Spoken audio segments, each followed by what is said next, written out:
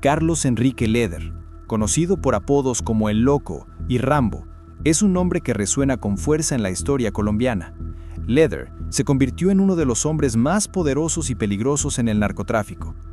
En este video, exploraremos cómo este hombre, inicialmente desconocido, se convirtió en una de las figuras más temidas del cartel de Medellín, y cómo su conexión con Pablo Escobar cambió la historia de Colombia y Estados Unidos para siempre.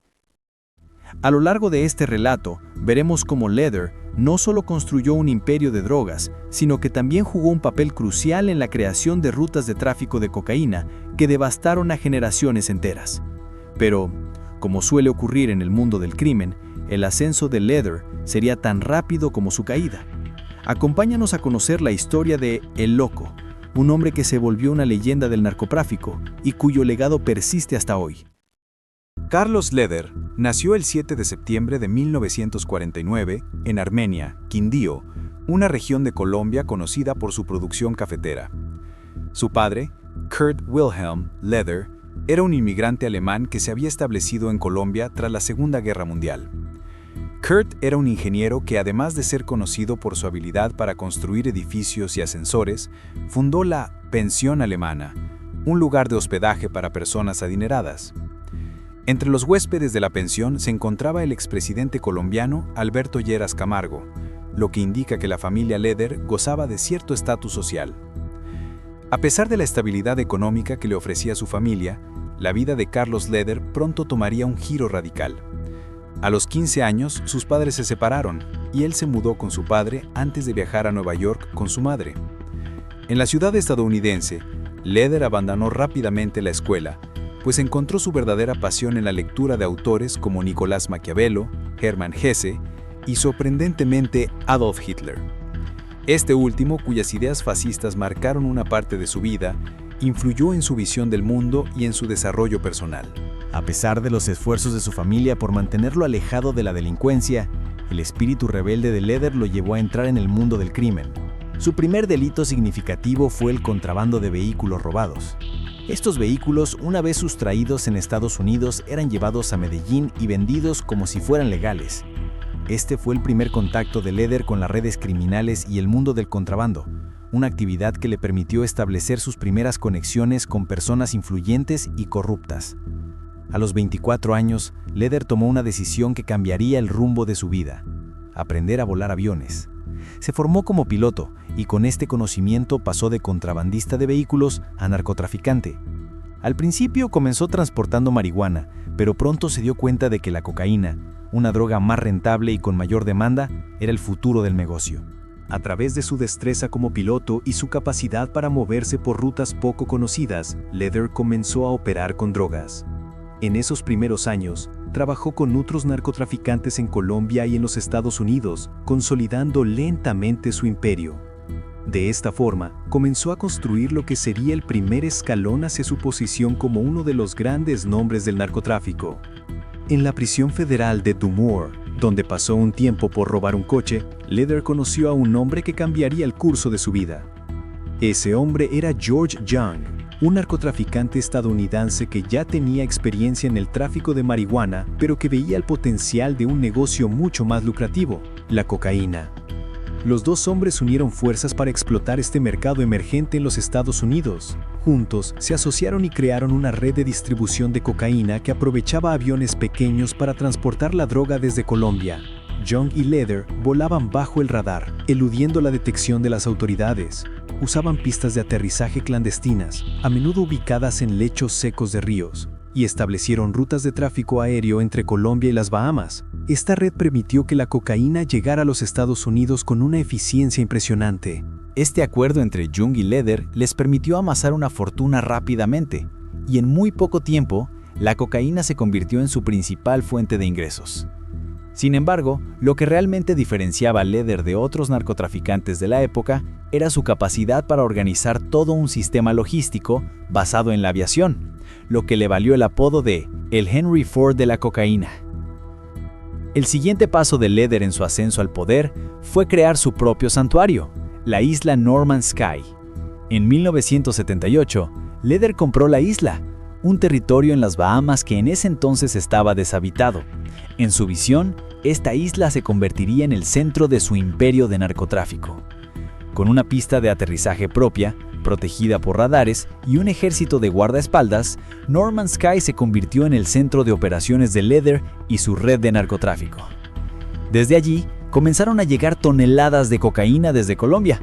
Los cargamentos de droga eran transportados a través de aviones privados que aterrizaban en la isla sin ser detectados. Leather utilizaba a su ejército privado para proteger la isla y asegurar que las operaciones siguieran sin interrupciones. Además, se encargó de sobornar a funcionarios locales, incluidos miembros del gobierno de las Bahamas, para garantizar la protección y el libre flujo de cocaína. La fortuna de Leather creció de manera exponencial. A medida que su imperio se expandía, el narcotraficante se convirtió en una de las personas más poderosas del mundo. De hecho, su influencia era tal que en 1978 ofreció pagar la deuda externa de Colombia a cambio de obtener libertad total para seguir operando sin restricciones. Sin embargo, no todo iba a salir según lo planeado para Leather. Su poder ya había comenzado a despertar la atención de las autoridades internacionales.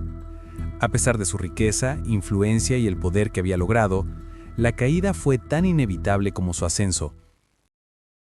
A finales de la década de 1970, mientras él consolidaba su imperio en la isla No Man's Sky, las autoridades internacionales comenzaban a ponerle atención. La DEA, el FBI y las autoridades colombianas ya sabían de las operaciones del cartel de Medellín, pero Leather y su red de narcotráfico seguían siendo difíciles de rastrear. La policía de las Bahamas y la DEA comenzaron a intensificar su investigación. En 1982, la operación de Leather en la isla comenzó a desmoronarse. El factor decisivo fue la intervención directa de la DEA. Después de años de corrupción y sobornos, finalmente las fuerzas de seguridad locales, bajo presión internacional, decidieron actuar. La isla No Man's Sky fue intervenida en un operativo conjunto. La isla, que había sido un paraíso de tráfico ilícito, se convirtió en el símbolo del fin de la era de impunidad de Leather. Durante la intervención, los operativos de seguridad descubrieron grandes cantidades de cocaína, aviones y registros detallados que mostraban cómo No Man's Sky operaba como el centro neurálgico del narcotráfico de cocaína hacia Estados Unidos. Pero lo más importante fue que el impacto del desmantelamiento de su red se extendió mucho más allá de las islas, afectando directamente al cartel de Medellín y la manera en que sus socios colombianos operaban. Leather, a pesar de su creciente paranoia, confiaba en la protección que había logrado sobornando a figuras clave en el gobierno y pensó que su imperio no sería tocado.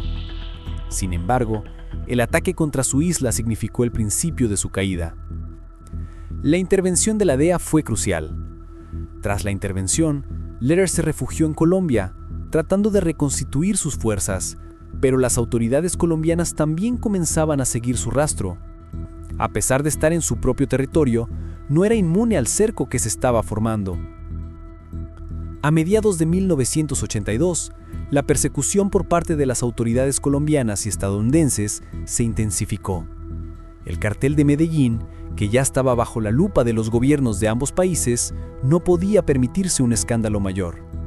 A medida que las investigaciones avanzaban, la posición de Leather dentro del cartel se fue debilitando. La situación de Leather empeoró aún más cuando fue secuestrado por el grupo guerrillero colombiano M-19, conocido por sus secuestros de figuras públicas y sus vínculos con el narcotráfico.